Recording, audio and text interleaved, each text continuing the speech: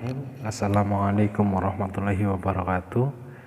Sebelumnya perkenankan saya Final Mabrur akan menerangkan tentang manajemen perubahan organisasi di Balai Latihan Kerja Komunitas Pesantren Rodotul Quran 2 Ciwarak. Manajemen perubahan organisasi. Manajemen perubahan organisasi merupakan proses strategi untuk mempersiapkan, melengkapi, dan mendukung individu dalam organisasi agar berhasil mengadopsi perubahan untuk mendorong keberhasilan organisasi. Sebuah organisasi pasti akan menemui sebuah perubahan dengan maksud menyesuaikan kondisi dan mencapai sebuah tujuan yang telah disepakati. Perubahan ini tidak dapat dihindari dan pasti akan menjumpai sebuah penolakan karena tidak semua orang menyukai akan adanya perubahan. Maka perubahan ini harus dihadapi. Dalam menghadapi perubahan tersebut diperlukan manajemen perubahan dalam organisasi. Kemudian gambaran umum tentang Lembaga Balai Latihan Kerja Komunitas Rodotul Quran 2 Ciwarak. Pendirian Balai Latihan Kerja Komunitas Pesantren Rodotul Quran 2 Ciwarak bermula dari adanya program pemerintah yang membangun Balai Latihan Kerja Komunitas atau BLKK dengan jumlah 1000 lembaga pada tahun 2019 yang tersebar di seluruh Indonesia. Selanjutnya, langkah-langkah dalam manajemen perubahan organisasi. Langkah dalam manajemen perubahan organisasi yang pertama ada identifikasi perubahan, yang kedua perencanaan perubahan, yang ketiga implementasi perubahan, yang keempat evaluasi dan umpan balik. Kita akan bahas yang pertama, identifikasi perubahan. Identifikasi perubahan ini merupakan langkah awal dari pelaksanaan perubahan. Adapun langkah-langkah dalam identifikasi perubahan yaitu pertama, alasan perubahan, yang kedua tipe perubahan, yang ketiga ide perubahan. Alasan perubahan. Alasan perubahan yang dilakukan oleh pimpinan lembaga ini mengharapkan anggota organisasi atau pengurus dapat menjalankan tugas pokok dan fungsinya sesuai bidang yang dipercayakan sehingga dapat terciptanya pelayanan yang mumpuni bagi konsumen, pelatihan dan memuaskan.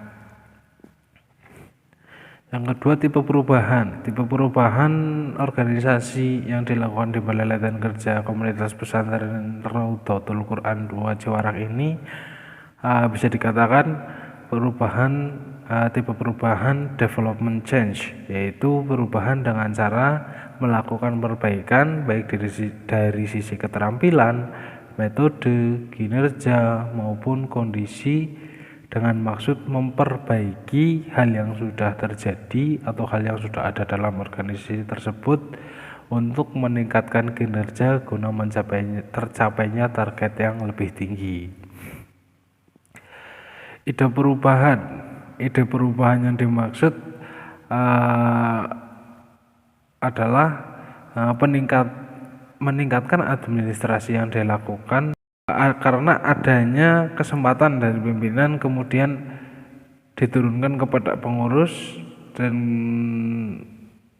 setelah diturunkan kepada pengurus muncul pemikiran-pemikiran dari anggota yang lain sehingga dirapatkan, dibicarakan dengan baik sampai menemukan hasil akhir dari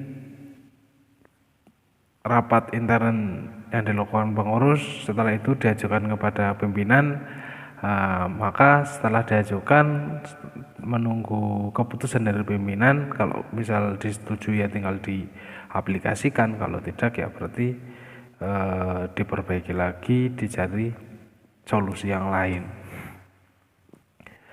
Perencanaan perubahan. Perencanaan perubahan merupakan langkah setelah identifikasi perubahan. Nah, dalam perencanaan perubahan ini ada sebuah analisis yaitu analisis SWOT yang mengarah kepada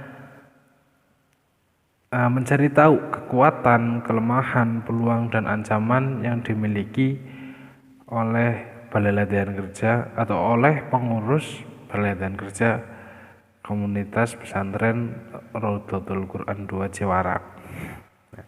Adapun kekuatan yang dimiliki adalah adanya sumber daya manusia dalam kepengurusan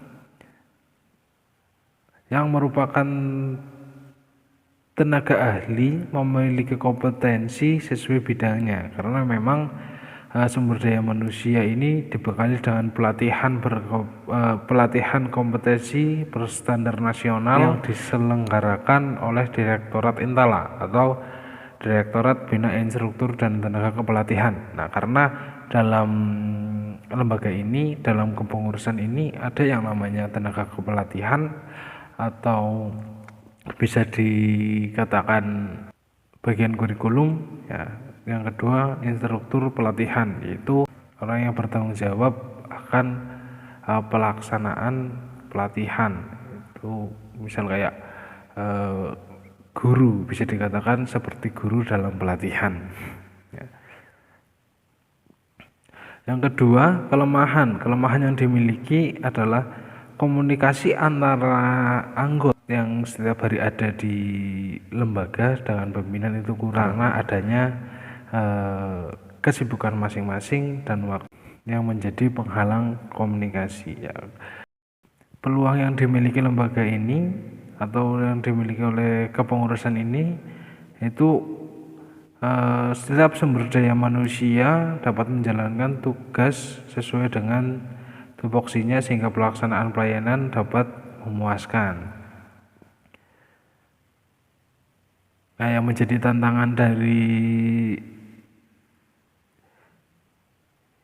pelaksana itu tanggung jawab di mana pelaksanaan pelatihan ini bisa menjadi inovasi atau warna tersendiri, terutama di lingkungan pondok pesantren yang lebih banyak mengarah pada pendidikan keagamaan. Ya, strategi yang dilakukan sesuai dengan analisis yang ada, yaitu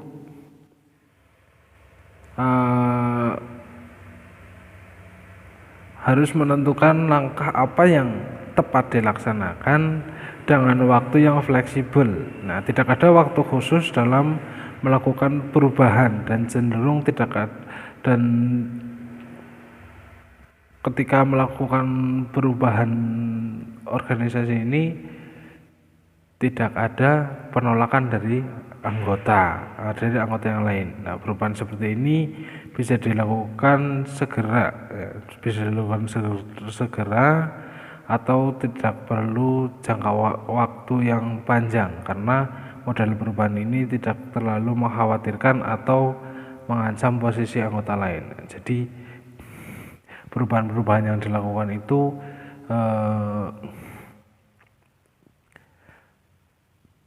tidak tergantung waktu, misal kayak periode ini dengan periode selanjutnya harus ada perubahan, tidak. Jadi pelaksanaan perubahan itu fleksibel, ketika harus ada yang dirubah ya dirubah gitu. Kalau misal tidak ada yang perlu dirubah ya tidak ada perubahan. Selanjutnya, implementasi perubahan. Implementasi perubahan ini merupakan langkah pelaksanaan setelah adanya identifikasi yang mengacu pada perencanaan perubahan yang telah disusun, di mana komunikasi dengan anggota menjadi suatu hal yang sangat penting untuk dilakukan dalam implementasi perubahan. Dan yang terpenting adalah bagaimana perubahan ini tidak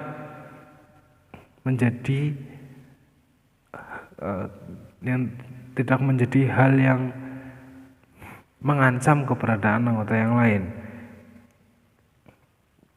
Ya, ketika ada perubahan, tidak banyak anggota yang menolak akan perubahan-perubahan tersebut. Nah, kemudian termasuk dalam upaya meminimalkan adanya penolakan dan konflik, tenaga pengelola pun memberikan motivasi kepada anggotanya bahwa adanya perubahan itu akan berdampak baik pada sebuah organisasi dan meyakinkan posisi dari anggota yang sudah ada sebelumnya tidak akan tersingkir atau tergantikan. Nah, motivasi yang dilakukan secara lisan, diberi motivasi, diberi kepercayaan akan tugasnya, kemudian diberi kesempatan untuk mengikuti program pelatihan juga dalam yang berkesinambungan dengan tugas-tugasnya dalam organisasi tersebut. Nah, kepada anggota-anggota yang sudah ada atau yang sudah lama, ya mereka diyakinkan lagi bahwa adanya perubahan ini dengan maksud dan tujuan yang baik, dan tidak akan mengancam keberadaan mereka yang sudah ada sebelumnya. Kemudian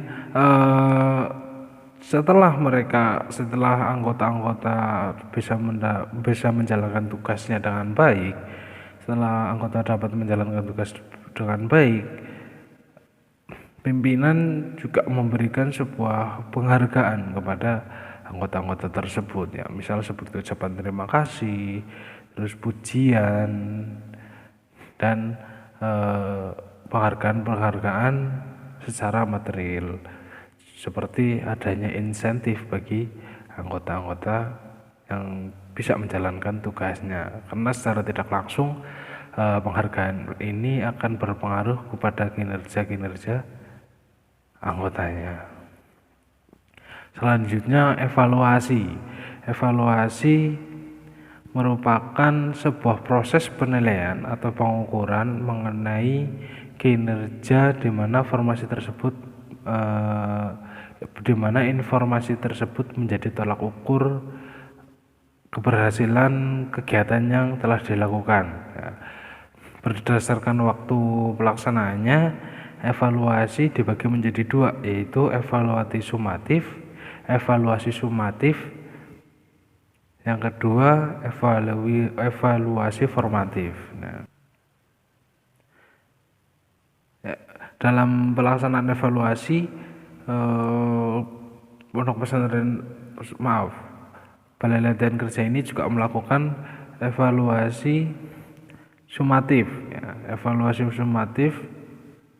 dengan cara menyebar angket kepada peserta pelatihan dan semua aspek yang terlibat dalam pelaksanaan program pelatihan, di mana angket itu diisi secara subjektif, kemudian hasil dari angket tersebut menjadi tolak ukur keberhasilan pelaksanaan program pelatihan. Yang kedua, evaluasi formatif.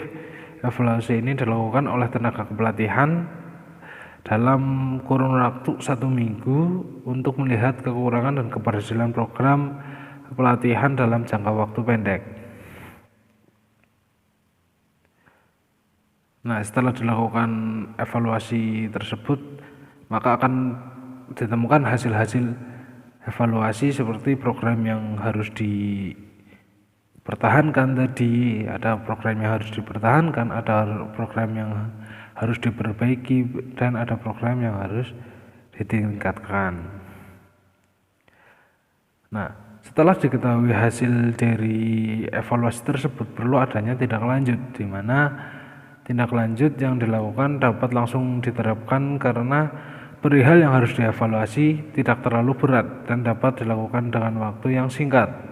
Seluruh anggota yang terlibat dalam pelaksanaan program ini pun lebih cenderung menerima akan hasil evaluasi dan menerima akan kebijakan-kebijakan baru yang diterapkan berdasarkan evaluasi yang dilaksanakan, karena setiap anggota yang bertugas menyadari adanya kekurangan pada diri mereka dalam melakukan pelayanan dan pelaksanaan tugas pokok dan fungsinya, karena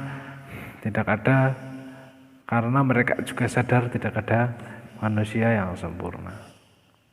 Mungkin demikian yang bisa saya sampaikan. Banyak kekurangan, banyak kesalahan mohon dimaafkan sebesar-besarnya.